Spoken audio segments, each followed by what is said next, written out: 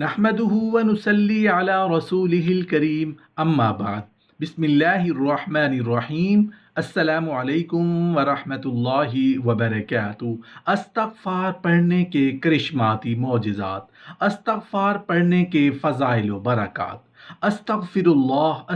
اللہ پڑھتے رہنے سے کیا ملتا ہے؟ توبہ و استغفار سے مشکلات کا حل کیسے نکلتا ہے؟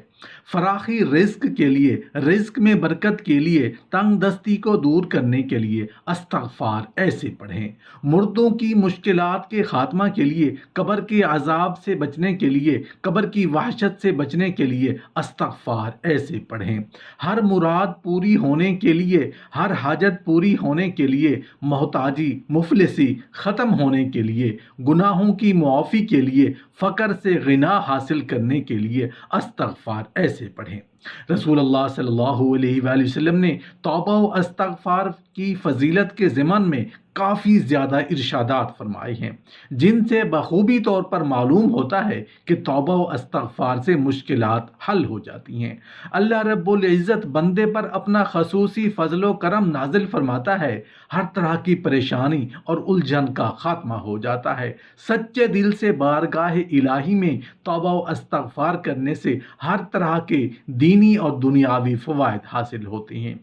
فراخی رزق کے لیے، رزق میں برکت کے لیے، تنگ دستی کو دور کرنے کے لیے استغفر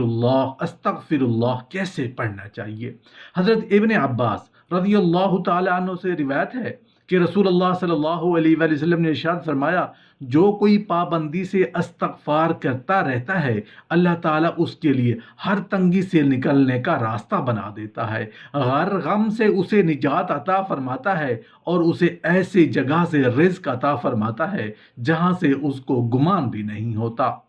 روز محشر میں خوشی کے حصول کے لیے، روز محشر میں گرمی کی شدت سے بچنے کے لیے، روز محشر میں اللہ کی رحمت کا سایہ حاصل کرنے کے لیے استغفر اللہ اس طرح پڑھیں کہ حضرت زبیر رضی اللہ تعالیٰ عنہ سے مروی ہے کہ رسول اللہ صلی اللہ علیہ وآلہ وسلم نے ارشاد فرمایا، جو کوئی یہ چاہے کہ روز محشر اس کا نامہ اعمال اس کو خوش کر دے تو اسے بکثرت استغفر اللہ کرتے رہنا چاہیے۔ ہر مراد پوری ہونے کے لیے، ہر حاجت پوری ہونے کے لیے، محتاجی مفلسی ختم ہونے کے لیے، گناہوں کی معافی کے لیے، فقر سے غنا حاصل کرنے کے لیے استغفر اللہ اس طرح پڑھیں کہ حضرت ابو ذر رضی اللہ تعالیٰ عنہ فرماتے ہیں کہ رسول اللہ صلی اللہ علیہ وآلہ وسلم نے ارشاد فرمایا، اللہ تعالیٰ فرماتا ہے، میرے بندو تم میں سے ہر شخص گنہگار ہے سوائے اس کے جسے میں بچا لوں، لہٰذا مجھ سے مغفرت مانگو، میں تمہاری مغفرت کر دوں گا۔ اور جو شخص یہ جانتے ہوئے کہ میں معاف کرنے پر قادر ہوں مجھ سے معافی مانگتا ہے، میں اس کو معاف کر دیتا ہوں۔ اور تم سب گمراہ ہو سوائے اس کے جسے میں ہدایت دوں، لہٰذا مجھ سے ہدایت مانگو، میں تمہیں ہدایت دوں گا۔ اور تم سب فقیر ہو سوائے اس کے جسے میں غنی کر دوں، لہٰذا مجھ سے مانگو، میں تم کو روزی دوں گا۔ اگر تمہارے زندہ مردہ اگلے پچھلے نباتات اور جمادات بھی انسان بن کر جمع ہو جائیں،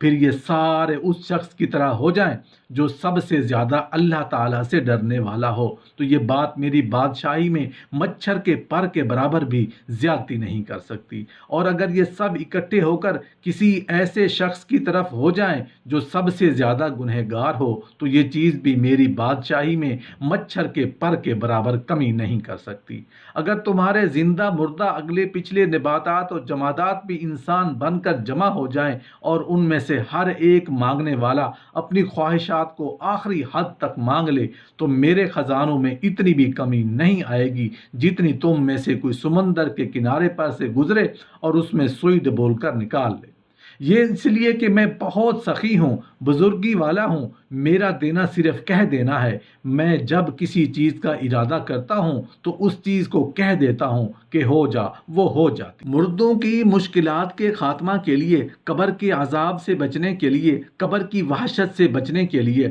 استغفر اللہ اس طرح پڑھیں گے۔ حضرت عبداللہ بن عباس رضی اللہ تعالیٰ عنہ سے مروی ہے کہ رسول اللہ صلی اللہ علیہ وآلہ وسلم نے فرمایا، میت قبر میں ایسے ہی ہے جس طرح کے ڈوبنے والا فریادی ہو۔ میت دعا کا انتظار کرتی رہتی ہے جو اسے اس کے ماں یا باپ یا بھائی یا کسی دوست کی طرف سے پہنچ جائے۔ پس جب اس کو کوئی دعا پہنچ جاتی ہے تو ساری دنیا اور دنیا میں جو کچھ ہے اس کو اس سے زیادہ محبوب ہوتی ہے، اور اس میں شک نہیں کہ اللہ تعالیٰ زمین والوں کی دعا کی وجہ سے قبر والوں پر پہاڑوں کے برابر ثواب و انعام داخل فرماتا ہے۔ اور بلا شبہ زندوں کو ہدیہ مردوں کے لیے یہ ہے کہ ان کے لیے مغفرت کی دعائیں مانگے۔ نیکی کے حصول کے لیے استغفر اللہ اس طرح پڑھیں کہ حضرت عبادہ بن صامت رضی اللہ تعالی عنہ سے مروی ہے کہ رسول اللہ صلی اللہ علیہ وآلہ وسلم کو میں نے یہ فرماتے ہوئے سنا کہ جو کوئی مومن مردوں اور عورتوں کے لیے استغفار کرے تو اللہ تعالیٰ اس کے لیے ہر مومن مرد اور ہر مومن عورت کے بدلے ایک نیکی لکھ دیتا ہے۔ زبان کی اصلاح کے لیے استغفر اللہ اس طرح پڑھیں کہ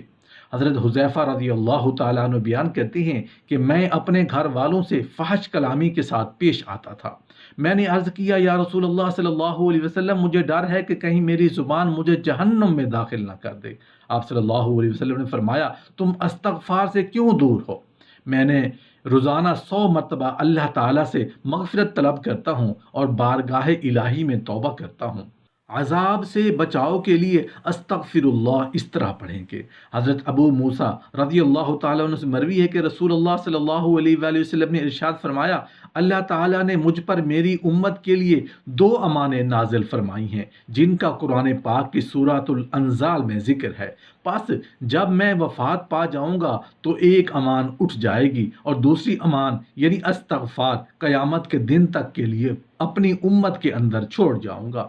اس حدیث مبارکہ میں جس آیت مبارکہ کا ذکر کیا گیا ہے اس کے بارے میں حضرت انس رضی اللہ تعالیٰ عنہ سے مروی ہے کہ ایک مرتبہ ابو جہل نے بارگاہ الہی میں دعا مانگی کہ یا اللہ اگر یہ قرآن مجید واقعی تیری طرف سے ہے تو اس کے نہ ماننے کی وجہ سے ہم پر آسمان سے پتھر برسا دے یا ہم پر کوئی دردناک عذاب نازل کر دے۔ اس پر اللہ تعالیٰ نے سورۃ الانفال کی آیت نازل فرمائی اور اللہ تعالیٰ ایسا نہیں کرے گا کہ اس کے اندر آپ صلی اللہ علیہ وآلہ وسلم کے موجود ہوتے ہوئے ان کو عذاب دے، اور اللہ تعالیٰ ان کو عذاب نہیں دے گا جس حالت میں کہ وہ استغفار کرتے رہتے ہیں۔ شیطان کے جال سے بچاؤ کے لیے استغفر اللہ اس طرح پڑھیں کہ حضرت ابو سعید رضی اللہ تعالیٰ عنہ سے مروی ہے کہ رسول اللہ صلی اللہ علیہ وآلہ وسلم نے ارشاد فرمایا بلا شبہ شیطان نے کہا اے پروردگار مجھے قسم ہے تیری عزت کی میں تیرے بندوں کو بہکاتا ہی رہوں گا جب تک کہ ان کی روحیں ان کے جسموں میں رہیں گی۔ اس پر اللہ رب العزت نے فرمایا مجھے قسم ہے اپنی عزت و جلال کی اور بلند مرتبہ کی کہ میں ان کو بخشتا رہوں گا جب تک کہ وہ مجھ سے مغفرت مانگتے رہیں گے۔